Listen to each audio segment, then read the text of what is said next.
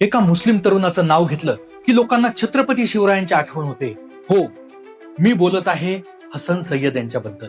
महाराष्ट्राचे लोकप्रिय असे शिवरायांचे मुस्लिम मावळे, शिवचरित्रकार, समाज प्रबोधनकार असे हसनजी सय्यद आज आपल्या स्टुडिओमध्ये आहे.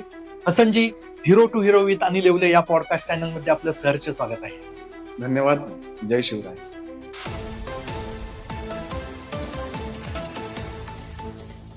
तुम्ही एक मुस्लिम व्यक्ती असून सुद्धा राम मंदिराच्या आंदोलनासाठी तुम्ही घरातून पळून गेला होता. नेमका तो किस्सा काय आहे? हा किस्सा भरपूर लोकांना माहिती नाहीये. कारण माझ्या ओठावर मिसरूड नव्हती, माझ्या गालावर दाढी नव्हती. वय वर्ष 14-15च्या आसपास असेल कदाचित मी त्यावेळेस. आणि कम्युनिकेशनचं आपण जसं आता टेलिफोन वगैरे फोन यूज करतो तर फारसं काही असं अवगत नव्हतं त्यावेळेस.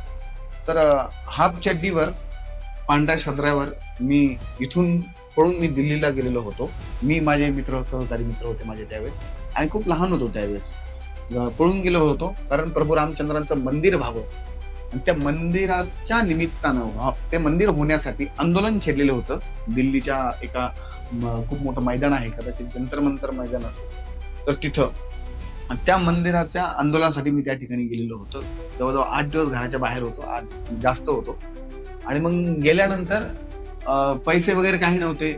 माझे सहकारी मित्र होते, ते पण माझ्यासारखेच फाटके होते. आम्ही इथून श्रीरामपूरला गेलो. माझा मित्र आता नगरसेवक आहेत ते वसंत कदम, त्याच्यानंतर माझा मित्र प्रसाद गरड, संदीप घागरे, भरत गोंधळी, त्याच्यानंतर अजून ज्ञानेश्वर वाणी, ज्ञानेश्वर माऊली, अनिल लबडे म्हणून आहेत फत्याबादचे. त्याच्यानंतर अजून व्यंकटेश हॉटेल म्हणून आहे ब्राह्मणीच्या जवळ, उमरे म्हणून नाव आहे. तर भाऊसाहेब ढोकणे, माझ्यापेक्षा वयाने खूप मोठे आहेत ते. आणि ही आम्ही सगळेजण इथून, आणि श्रीरामपूरच्या रेल्वे स्टेशनवर गेल्यानंतर आम्ही एकमेकाला भेटलो. तिथं पैसे नाही खिशामध्ये, तसं ट्रेनमध्ये बसलो, आणि त्या बसल्यानंतर आम्ही दिल्लीला गेलो. दिल्लीला गेल्यानंतर हाफचड्डी होती, कपडे काही फारसे नव्हते, काही नव्हते, थंडी वाजत होती खूप काही, आणि आंदोलनामध्ये सामील झालो. मी माझे मित्र सगळ्यांना सोडून दिलं. स्टेजच्या समोर खूप काही मान्यवर बसलेली होती. मी तिथं जाऊन मी घोषणा देत होतो, अरे गोली खंजर खाएंगे, मंदिर वही बनाएंगे, राज नहीं राम चाहिए, सत्ता नहीं मंदिर चाहिए.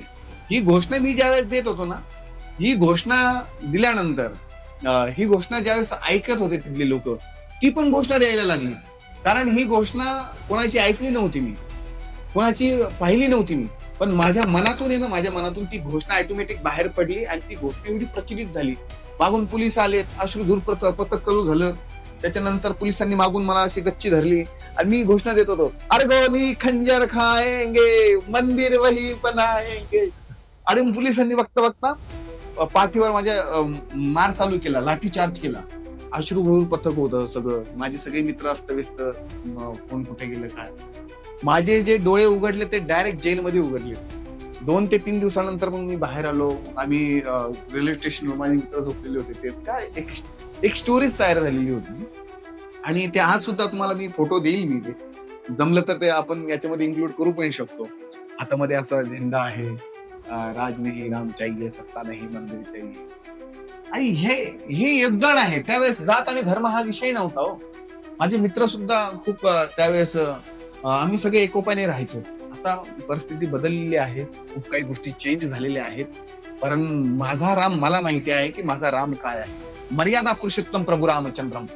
हे प्रभू रामचंद्र म्हणजे मर्यादाचं उल्लंघन न करणारे, श्री सन्मानाचे उद्गाते होते प्रभू रामचंद्र.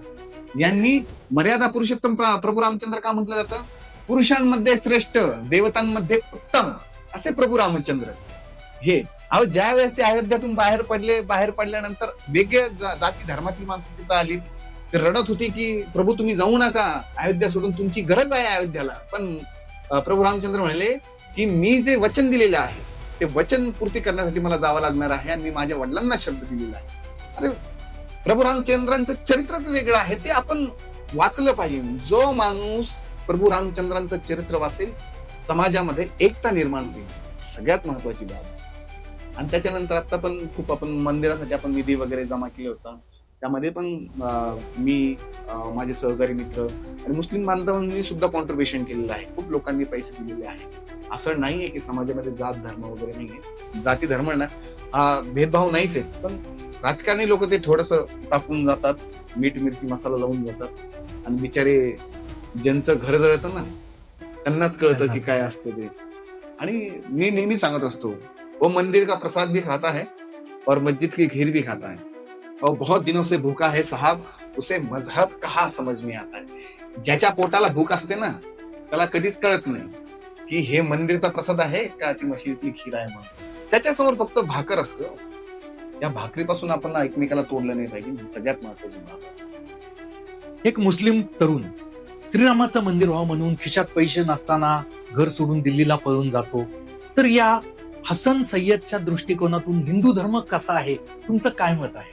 संस्कृत आणि संस्कृतीचं जतन करणारा धर्म आहे. ऍक्च्युली सगळे धर्मातले जे सांगावे जे आहेत, जे विचार आहेत ते चांगलेच आहेत. फक्त फरक असा आहे की मला अनिल सरांशी बोलायचं आहे, पण अनिल सरांचं नेचर मला माहिती नाही, त्यांचा स्वभाव माहिती नाही.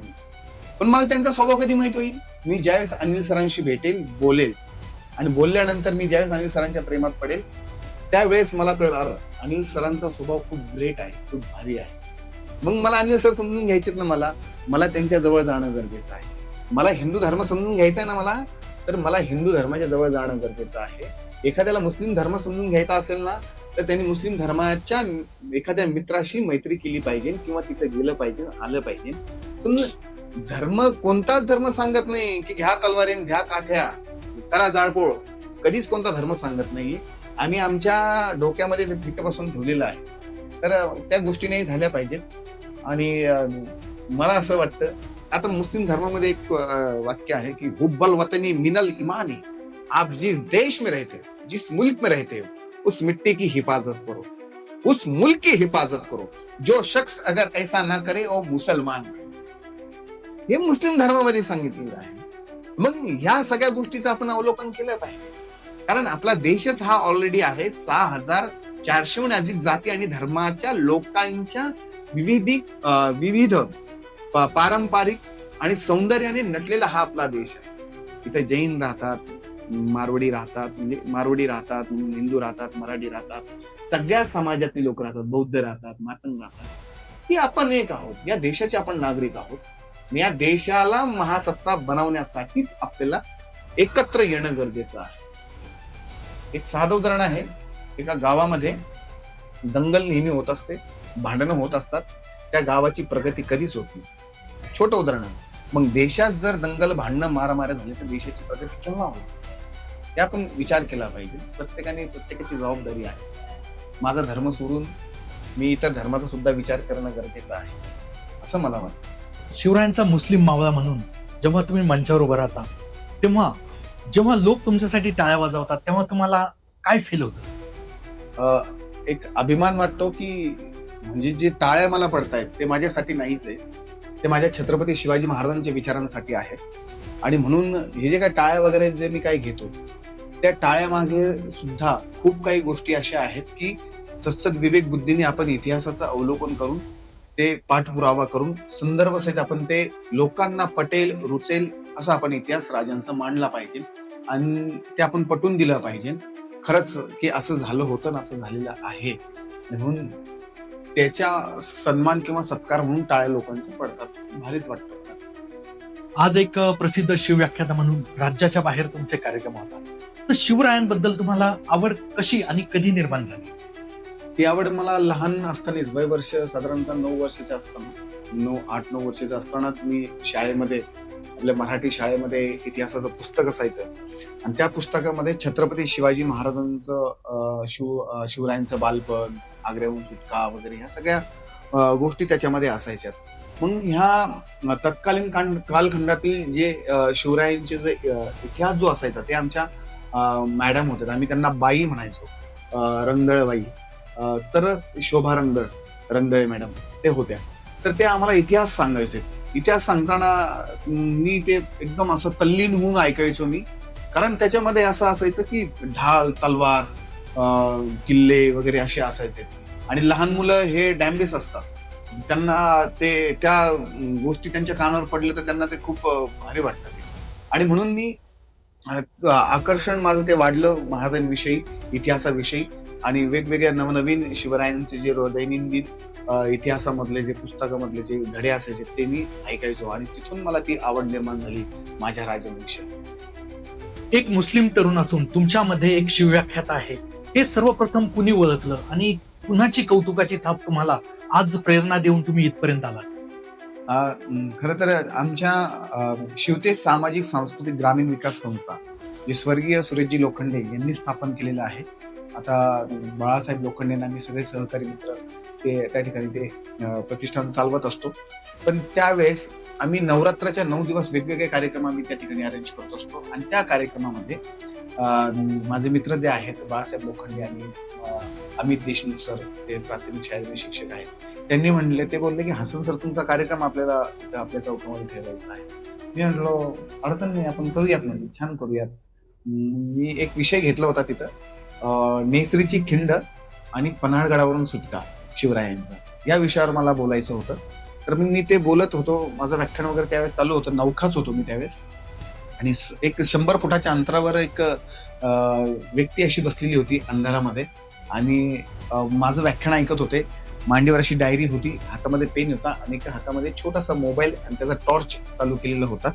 ते मी काय बोलत आहे, माझ्या चुका काय आहेत ते सगळं त्यावर लिहित होते आणि मला न कळत माझी नजर त्या ठिकाणी पडली. मी थोडंसं गडबडलेलो होतो, समोर माणूस बसलेला कोण आहे आणि आपल्या कदाचित चुका तर आपल्या टिपत नसतील किंवा मग काय लिहित असावं, मी थोडंसं गडबड झालेलं होतं माझं तिथं. पण मी बोलण्यात मी माझं व्याख्यान संपवलं कसं तरी. ते आलेत माझ्याकडं, माझ्या खांद्यावर हात ठेवला, बाळा तू खूप छान बोलतो म्हणे, छत्रपतींवर एवढा छान बोलणारा मुस्लिम व्यक्ती मी पहिल्यांदाच पाहिला म्हणे. आणि मग ते माझ्या वडिलांचं नाव विचारलं. मी म्हटलो माझ्या वडिलांचं नाव मासूमभाई सय्यद. त्याने अरे बा तू मासूमभाईंचा मुलगा आहे का? म्हटलं हो. ते माझे मित्र आहेत म्हणे. मग माझे वडील तेवढ्यात येतच होते. ते म्हणे भाई तुमचा मुलगा आहे ना खूप छान बोलतो म्हणे, त्याला कुठेतरी आपण चांगलं स्टेज निर्माण करून द्यायला पाहिजे. मग त्यांनी त्यावेळेस सांगितलं की हरिभक्तपरायण शिवशाहीर कल्याण महाराज काळे पाटील हे खूप छान कीर्तनकार आहेत आणि शिवशाहीर आहेत, तर यांची भेट मी त्यांच्याशी करून देतो. तर अण्णांनी माझी भेट त्यांच्याशी केली. भारूड सम्राट अमितभाई सय्यद हे पण त्यांचे शिष्य होते. मग आम्ही दोघं मिळून कल्याण महाराजांबरोबर राहायला लागलो, अमितभाई हसनभाई म्हणून असं. आणि मग अण्णा पण माझ्यासोबत यायचे. अण्णा मला घेऊन फिरायचे, सातारा, सांगली, कोल्हापूर, सोलापूर, अनेक ठिकाणी. सगळ्यांना सांगायचे होते की हसनभाईंचा कार्यक्रम ठेवायचा, व्याख्यान खूप छान करतात, मुस्लिम व्यक्ती आहे आणि खरंच शिवचरित्र सांगावं तर या मुस्लिम व्यक्तीने सांगावं की राजे कसे आहेत म्हणून. आणि महाराष्ट्रभर माझे व्याख्यान अण्णांनी त्या ठिकाणी चालू केले, मित्रांना सांगितले. माझ्या खिशात पैसे नसायचे तर अण्णा माझं तिकीट काढायचे, बस वगैरे काय असेल सगळं काही, जेवण वगैरे सगळं. कधी कधी मानधन सुद्धा अण्णा घेत नव्हते. माझे कार्यक्रम लोकांनी ठेवा म्हणून अण्णांनी तेवढे तुला संधी पाहिजेत, लोकांपर्यंत गेला पाहिजेत. आणि अण्णांमुळे आज महाराष्ट्रभर भरपूर ठिकाणी व्याख्यान 1,500+ माझे व्याख्यान झाले आहेत. असा कोणता प्रसंग जेव्हा तुम्ही हजारो लोकांसमोर शिवव्याख्याते म्हणून उभे राहिलात आणि लोकांनी उभं राहून टाळ्या वाजवल्या, ते ठिकाण आणि ते शहर कोण? असे भरपूर क्षण आहेत मला सांगता येईल, पण माझ्या आठवणीमध्ये राहणारा एक क्षण मला आज पण युट्यूबला पण तुम्हाला पाहायला मिळेल की शिवडी विधानसभा मतदारसंघ, आदरणीय बाळा नांदगावकर साहेब महाराष्ट्र नवनिर्माण सेनेचे ते नेते आहेत, त्यांनी ज्यावेळेस मला शिवडीमध्ये बोलावलेलं होतं, कारण माझी व्याख्यानाच्या माध्यमातून त्यांची ओळख झालेलीच होती. आणि त्यांनी ज्यावेळेस बोलवलेलं होतं आणि बोलवल्यानंतर त्यांनी माझं व्याख्यान ज्यावेळेस चालू झालेलं होतं, व्याख्यान चालू झालं, स्टेजवर आलो, माझं नाव ज्यावेळेस अनाऊन्स झालं, समोरची सगळी मंडळी उठून उभी राहिली आणि टाळ्या वाजवायला लागली. हे माझ्यासाठी खूप प्राऊड फील होतं. कारण प्राऊड फील एवढंच की छत्रपती शिवाजी महाराजांच्या नावावर हे जे आपल्याला सन्मान मिळालं ही खूप माझ्यासाठी महत्वाची बाब आहे. आणि मला त्यावेळेस नांदगावकर साहेब बोलले होते की 2 समाजामध्ये दुभंगलेली दरी तुझ्या प्रबोधनातून तू शिवतो, हे खूप महान कार्य करतो हसन तू. आणि तुला कधी पण माझी गरज वाटली किंवा तुला असं वाटलं मला कधी पण फोन कर. मला दरम्यानच्या काळामध्ये साहेबांनी राजसाहेबांशी पण भेट घालून दिलेली होती. साहेब सुद्धा बोलले बाळा हसनला जप बरं. आणि आज सुद्धा मी साहेबांच्या भरपूर कॉन्टॅक्ट मध्ये आहे. एक शिवव्याख्याता म्हणून तुमचं स्पीच कोणापुढे प्रेझेंट व्हावं असं तुमचं स्वप्न आहे? मला खूप आधीपासून वाटायचं की महानामगोकर साहेबांपर्यंत माझं हे स्पीच वगैरे गेलं पाहिजे, किंवा मग कारण मी आधी माझे सगळे मित्र, सहकारी मित्र आम्ही राजसाहेब ठाकरेंच्या भाषणानं प्रभावित होत होतो. आमचे सगळे मित्र आणि मला सगळं माहिती आहे. आणि मग त्यावेळेस माझे मित्र ते मनसेचं काम वगैरे करायचे आणि मनसेचे काम करता करता मी पण माझ्या मित्रांना त्या कामामध्ये सहभागी होऊन मी घ्यायचो. पण दरम्यानच्या काळामध्ये अशा काही घटना घडल्यात तर मला थोडंसं अलिप्त राहावं लागलं. आणि मग असं विचार केलेला होता, जोपर्यंत मी राजसाहेब ठाकरे असतील किंवा मग नांदगावकर साहेब असतील यांच्यासमोर माझं स्पीच जात नाही तोपर्यंत मी स्वस्थ बसणार नाही. पण छत्रपतींच्याच मुळे मी तिथपर्यंत जाऊ शकलो आणि नांदगावकर साहेबांपर्यंत माझं स्पीच दिलेलं होतं. साहेबांनी माझे भरपूर स्पीच त्या ठिकाणी ठेवले, अरेंज केले. आताच तुम्ही बोललात की दरम्यानच्या काळात अशा काही घटना घडल्यात की मी अलिप्त ठरलो. नेमकं अशा वेळी तुम्हाला काही धमक्या आल्यात किंवा तू हे करू नकोस असा काही कुणाचा दबाव त्या काळी झाला का? त्या काळात तर धमक्या नाही, पण नंतर जसं जसं आता माझे व्याख्यानं वगैरे वाढायला लागली तर त्यावेळेस खूप लोकांना असं वाटायचं की हा का करतो. तर सगळेच लोक असे पॉझिटिव्ह ऍटिट्यूडचे असतात असे नाही. मी नेहमी सांगत असतो, समाजामध्ये 2 प्रकारची माणसं असतात, एक ब्रॉड माइंडेड आणि एक नॅरो माइंडेड. ब्रॉड माइंडेड हे मोठी विचार करणारे असतात आणि नॅरो माइंडेड हे छोटी विचार करणारे असतात. तर आपल्याला ब्रॉड माइंडेड विचारसरणीने जगायचं आहे. माहिती आपल्याला याच्यामध्ये संघर्ष आहे, खूप त्रास आहे, पण आपण लोकांसमोर फापट पसारा मांडून उपयोग नसतो त्या गोष्टी.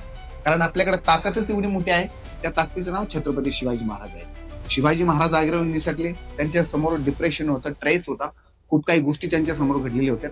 शिवाजी महाराजांनी प्रतापगडाचा रणसंग्राम ज्यावेळेस साधलेला होता त्याची नियोजित कार्यकारणी त्या ठिकाणी प्रचलित आहे आज सुद्धा.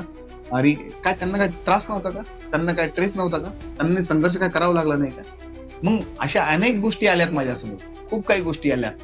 मग त्या गोष्टीला आपण जर योग्य त्या पद्धतीने, योग्य त्या काळ वेळ पाहून आपण तसं वागलो, बोललो नाही तर मग आपण छत्रपतींचे मावळे कसे हो?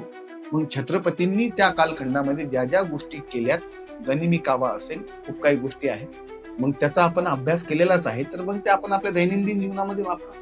चांगल्याशी चांगलं वागा, ज्याच्याशी आपलं पटत नाही त्याच्याशी बोलू नका, अलिप्त व्हा. पण उत्तराला प्रत्युत्तर देण्यापेक्षा आपण आपलं काम कसं चालू राहील हे महत्वाचं आहे. असा कोणता प्रसंग आहे का तुम्हाला अचानक स्पीच थांबवावं लागलं किंवा कॅन्सल करावं लागलं? नाही, माझ्या आयुष्यामध्ये आतापर्यंत मी जेवढे स्पीच दिले, जेवढे व्याख्यान केलेले आहेत, तर अचानक असं कधी झालेलंच नाहीये किंवा मग अशी वेळ पण आलेली नाहीये. कारण माझा हेतू उदात्त हेतू आहे आणि माझा हेतू एक सरळ आणि स्पष्ट आहे. कारण मी लोकांची माथी भडकवण्यासाठी मी कोणतंही व्याख्यान देत नाही. लोकांची माथी ही जागेवर आणण्यासाठी मी व्याख्यान देत असतो. आणि मला असं वाटतं की आपण समाजामध्ये वावरत असताना सामाजिक बांधिलकी ही सगळ्यात महत्वाची आहे आणि त्या पद्धतीने आपण व्याख्यान दिलं पाहिजे. आता व्याख्यान ऐकणारे भरपूर लोक असतात, उजव्या बाजूचे असतात, डाव्या बाजूचे असतात, मधल्या बाजूचे असतात, सगळ्या बाजूची लोक असतात. पण या सगळ्यांना एका साचेमध्ये त्या ठिकाणी बांधून ठेवणं, कारण ही अशीच बांधली जात नाही. आपण काय बोलतो हे ऐकण्यासाठी येतात, आपण कसं बोलतो हे ऐकण्यासाठी येतात आणि हे कोणत्या पुस्तकातून काय वाचून इथं बोलायला आलेलं आहे हे ते अवलोकन करण्यासाठी येत असतात. आणि मी माझ्या मनातलं कधीच कोणती गोष्ट सांगितली, संदर्भ आणि त्याच्यावर स्पष्टीकरण आणि त्याच्यावर खुलासे. म्हणजे थोडक्यात असं, इतिहास हा कल्पोकल्पित रंगवणारे भरपूर आहेत, पण सत्य घटनावर आधारित तर्कशुद्ध पद्धतीने, सत्सद विवेक बुद्धीने, चिकित्सक वृत्तीने याची मांडणी करणारे बऱ्यापैकी कमी आहेत. आणि मी सुद्धा तसं वागायचा प्रयत्न करतो, बोलायचा प्रयत्न करतो, आपण खऱ्या पद्धतीने चांगला इतिहास लोकांपर्यंत गेला पाहिजे. स्पीच देण्यापूर्वी तुमची पूर्वतयारी कशी असते? पूर्वी मी नवीन होतो त्यावेळेस मी व्याख्यानाची पूर्वतयारी करायचो, परंतु आता ज्या ठिकाणी मला व्याख्यानं येतात, व्याख्यानं आल्यानंतर मग मी तिथं थोडासा आढावा घेत असतो की आपलं व्याख्यान संध्याकाळी कोणत्या गावामध्ये आहे, त्या गावाची भौगोलिक परिस्थिती कशी आहे, ऐतिहासिक परिस्थिती कशी आहे. कारण प्रत्येक गावाला भौगोलिक आणि ऐतिहासिक परिस्थिती असतेच. आणि त्या गावामधला क्राऊड कोणत्या विचारसरणीचा आहे किंवा काय करतो, या सगळ्या गोष्टी आपण त्या ठिकाणी अभ्यास केला पाहिजे. आणि त्याच्यावर आपण तो मुद्दा, ज्या गोष्टी गावामध्ये नको व्हायला, त्या मुद्द्यावर आपण स्पष्टपणे, सकारात्मक पद्धतीने, निपक्षपातीपणे आपण ती मांडणी केली पाहिजे. समाजामध्ये सगळी लोक एकत्र एकसंघ राहायला पाहिजे. त्या अनुषंगानेच मी बोलण्याचा प्रयत्न करतो, बोलतो. प्रत्येक धर्मामध्ये काही चांगले लोक असतात किंवा काही समाजकंटकही असतात. तर तुम्हाला असे काही विचित्र अनुभव आलेत का?